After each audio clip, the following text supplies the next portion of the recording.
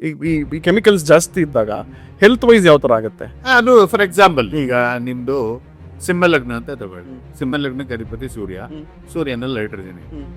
ಈ ಗ್ರಹ 6ನೇ ಮನೆ ರೋಗಸ್ಥಾನ ಅಂತ ಹೇಳಿ 6ನೇ ಮನೇಲಿ ಆ ಗ್ರಹ ಕೂತ್ಕೊಂಡ್ಬಿಟ್ರೆ ಸೂರ್ಯನ್ ಸಂಬಂಧಪಟ್ಟ ಕಾಯಿಲೆ ನಿಮ್ ಬಡಿ ಜಾಸ್ತಿ ಇರುತ್ತೆ.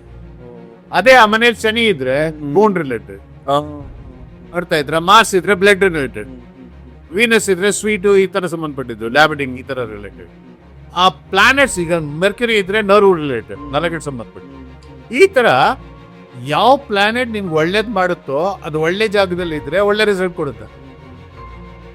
ಯಾವ ಗ್ರಹ ನಿಮ್ ಜಾತಕದಲ್ಲಿ ಎನಿಮಿಕಲ್ ಕಾಂಬಿನೇಷನ್ ಇದೆಯೋ, ದುಸ್ಥಾನ ಆರ್ ವೀಕ್ ಅಂದ್ರೆ ಡೆಬಿಲಿಟೇಟೆಡ್ ಆಗಿದೆಯೋ, ಎನಿಮಿ ಆಗಿದೆಯೋ, ಆ ಗ್ರಹ ನಿಮ್ಗೆ ತೊಂದರೆ ಕೊಡುತ್ತೆ. ಓಕೆ, ಇದು ಚೆಕ್ ಮಾಡಿ ಹೇಳದೆ ಜ್ಯೋತಿಷಿರ್ತಾರೆ. ಸರ್ ಈಗ ನಮ್ಮ ಬಾಡಿಯಲ್ಲಿ ಬೇರೆ ಬೇರೆ ಆರ್ಗನ್ಸ್ ಇದೆ. ಸೊ ಪ್ರತಿಯೊಂದು ಆರ್ಗನ್ಗೂ ಒಂದೊಂದು ಗ್ರಹಗಳು ಸಂಬಂಧಪಟ್ಟಿದೆಯಾ? ಖಂಡಿತ. ಈಗ ಫಾರ್ ಎಕ್ಸಾಂಪಲ್ ನಿಮ್ಮ ಅನಾಥ ಚಕ್ರ ತಗೊಳ್ಳಿ. ಅನಾಥ ಚಕ್ರದ್ದು ಈ ಏರಿಯಾಗೆ ನಾವು ಥೈರಾಯ್ಡ್ಗೆ ಕನೆಕ್ಟ್ ಮಾಡ್ತೀವಿ. ಯಾಕಂದ್ರೆ ಈ ಏರಿಯಾನಲ್ಲೇ ಥೈರಾಯ್ಡ್ ಇರೋದು. ಓಕೆ, ಥೈರಾಯ್ಡ್ ಡೀಟೇಲ್ ಚೆಕ್ ಮಾಡಿ, it is in yellow colour.